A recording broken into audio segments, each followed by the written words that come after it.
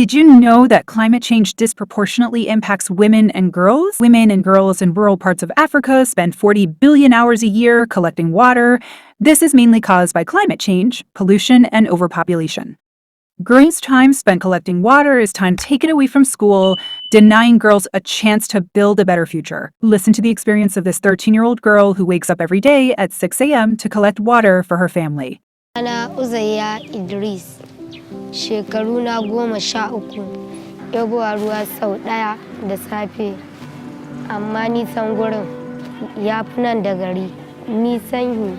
Muna da buɗaɗɗiyar rijiya a kusa da gidanmu, amma saboda abin da ban ma ba akwai kwantaccen ruwa a gurin, wasu suka sha suna iya ciwon ciki, wasu zazzaɓi, kuma ga bola a kusa da rijiya. Ibar ruwa da nake iya taɓa makarantata sosai da sosai. Wani lokacin kan naje na dawo daga ibar ruwa an shiga aji, wani lokacin kuma kan naje na dawo an fito break. Wannan ruwan da muke yobuwa a gidanmu muna abinci da shi, muna sha, muna wanki da shi, muna sallah. Inda a ce ba na ibar ruwa zan iya zuwa makaranta da wuri in tafi ziyara gun 'yan uwana. These long walks for water also put them at risk of male physical and sexual violence. Research by the Month Ibrahim Foundation found that in Africa, women are particularly vulnerable to the impact of climate change due to higher dependency on climate-sensitive sectors, higher levels of poverty, and less access to information. In fact, 5 out of the 10 most climate-vulnerable countries are also among the 10 countries with the lowest gender equality on the continent.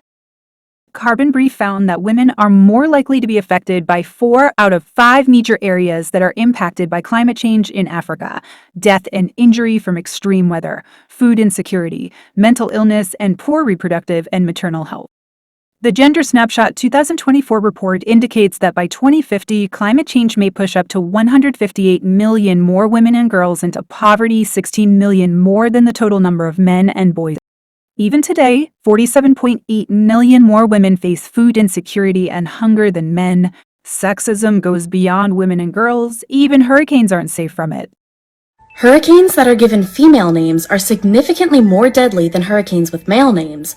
But why is that? Female hurricanes are not inherently stronger or more dangerous, but people perceive them as less dangerous. A hurricane with a female name is taken less seriously, and people prepare for them less than they prepare for hurricanes with male names. Researchers looked at the death rates of over 60 years worth of hurricanes and found that when it comes to dangerous storms, the average male-named hurricane caused around 15 deaths, whereas the average female-named hurricane caused around 42 deaths. Some tried to claim that this was just a statistical fluke, but the researchers conducted experiments that make it pretty clear that it is gender bias causing the death toll discrepancy. For example, participants were asked to predict the intensity of 10 hurricanes, half with female names and half with male names. Regardless of the participants' gender, they predicted the male hurricanes to be more intense and more dangerous. Another experiment tested how likely participants would be to evacuate if a hurricane were moving toward them. Everything about the hurricane was the same, except the name. The participants who were told that it was Hurricane Christopher were more likely to evacuate than those who were told it was Hurricane Christina. So with the beginning of the Atlantic hurricane season, don't let your unconscious gender bias be the thing that kills you. In 1993, a man named James Scott purposely damaged a levee and caused a massive flood of the Mississippi River because he wanted to stall his wife from coming home so that he could party. His actions flooded 14,000 acres of farmland, destroyed buildings, and closed a bridge. He was convicted of intentionally causing a catastrophe and is still in prison serving a life sentence. The CEOs of the largest polluting companies on Earth are all men. Toxic masculinity is hurting the environment. Research shows that men emit 16% more greenhouse gases than women because they spend more money on fuel and meat. The Factory Farming Awareness Coalition said, the historical and social links between meat and masculinity have resulted in deep, ingrained attitudes that tell men and women both that the consumption of meat is inherently masculine.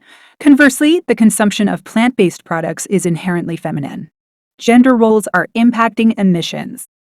According to research published in the Journal of Industrial Ecology, men spend only 2% more than women but emit 16% more. If men spent money the same way as women, their emissions would be similar, but they are not, researcher Carlson Kenyama said. A German study found that men eat 28% more meat products and that if men adopted the average woman's diet, we'd save significant carbon and land. An Australian study found that men who eat more meat believe themselves to be more manly than those following vegan diets. Findings suggest that men in Australia may resist giving up meat because eating meat is a way of enacting their masculinity. Even preschool-aged boys implicitly associate meat with maleness. Here's a video that further explains this. Have you noticed that most sustainable products are marketed towards women? That's because of something called the eco-gender gap. A study found that while 71% of women strive to live more sustainably, that's only true for 59% of men. Women are also the main decision makers when it comes to a lot of home purchases. Actually, female consumers represent a growth market that's bigger than China and India combined. As a result, we have started to associate environmentalism with women's work. A 2016 study found that some men will actively avoid or oppose sustainable products and actions in order to safeguard their gender identity. Literally, this study found that some men thought that wearing a tote bag or eating a veggie burger would make you look gay. Yeah, so toxic masculinity is literally killing the planet. So how do we get the guys on board? Climate justice and gender justice are always intertwined. The tie between meat consumption and masculinity is just one of many connections between gender and climate change. So while men are too busy destroying the environment, women are the ones doing the most work to save it. This indigenous woman prevented a giant mining company from destroying her home. Alexandra Karap is a member of the Munduruku people who call the Tapajos River Basin in the Amazon home.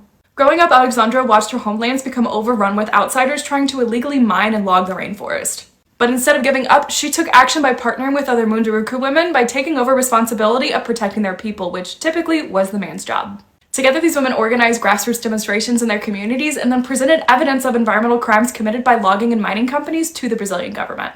And in 2021, the British mining company Anglo American gave up on trying to mine in indigenous territories across Brazil, thanks in part to the work of these women. Despite this win, though, the battle to prevent the entirety of the Amazon rainforest from becoming a net carbon emitter is still raging on, and indigenous land defenders like Alexandra continue to be on the front lines of it. Salomarada Timaka, lovingly called the mother of banyan trees, lives in Hulagal village, Karnataka, India.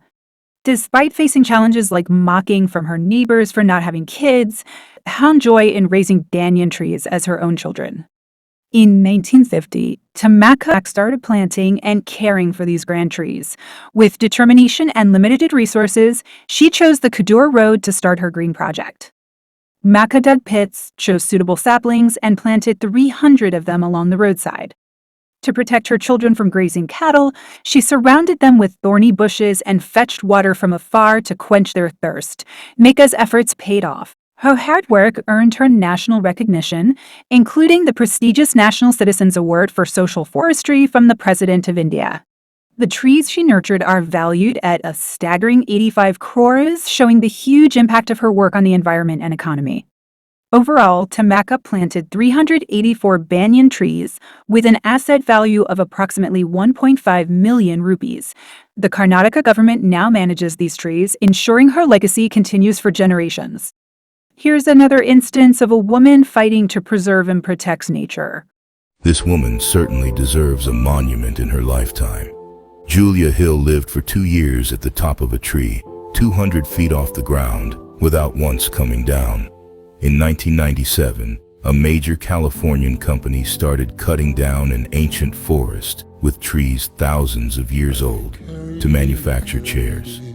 At 23, Julia alone decided to fight against this madness. The company intimidated her by sending helicopters, cutting her ropes, sending bandits, and burning rubber to make it hard for her to breathe. Despite this, she endured several hurricanes, storms, and other natural disasters. Later, the firm that had been financially supporting her stopped its assistance. Despite these challenges, Julia did not give up. Her friends and sympathetic strangers continued to bring her food and fuel for her stove. Finally, after 738 days of grueling challenges, the company agreed to leave the trees alone. A few years later, the company went bankrupt. If you ever feel like giving up, remember this girl. Women are also leading restoration in Kenya's arid lands. Northern Kenya loses 100 acres of land annually to desertification. The women who have been empowered with new skills are using innovative techniques to reduce soil erosion and retain water. Here are 6 projects saving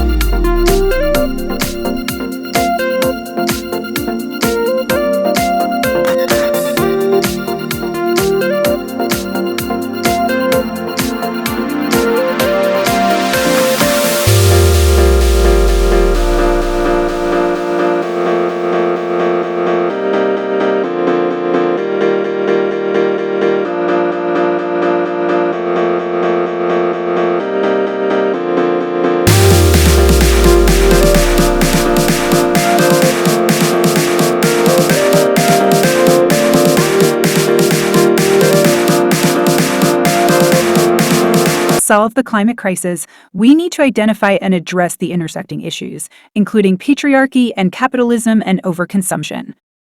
The most toxic product on Earth is mainly marketed towards women, and that's synthetic fashion. The fashion industry is responsible for 10% of humanity's carbon emissions. That's more emissions than all international flights and marine shipping combined. A lot of this clothing ends up in the dump. The equivalent of one garbage truck full of clothes is burned or dumped in a landfill every second. It takes about 2,000 gallons of water to produce a pair of jeans. That's more than enough for one person to drink 8 cups per day for 10 years. In Uzbekistan, for example, cotton farming used up so much water from the Aral Sea that it dried up after about 50 years. Once one of the world's 4 largest lakes, the Aral Sea is now little more than desert and a few small ponds. The fashion industry is also the second largest consumer of water worldwide. Fashion causes water pollution problems too. Textile dyeing is the world's second largest polluter of water, since the water left over from the dyeing process is often dumped into ditches, streams, or rivers. A 2017 report from the International Union for Conservation of Nature, IUCN estimated that 35% of all microplastics, very small pieces of plastic that never biodegrade, in the ocean came from the laundering of synthetic textiles like polyester.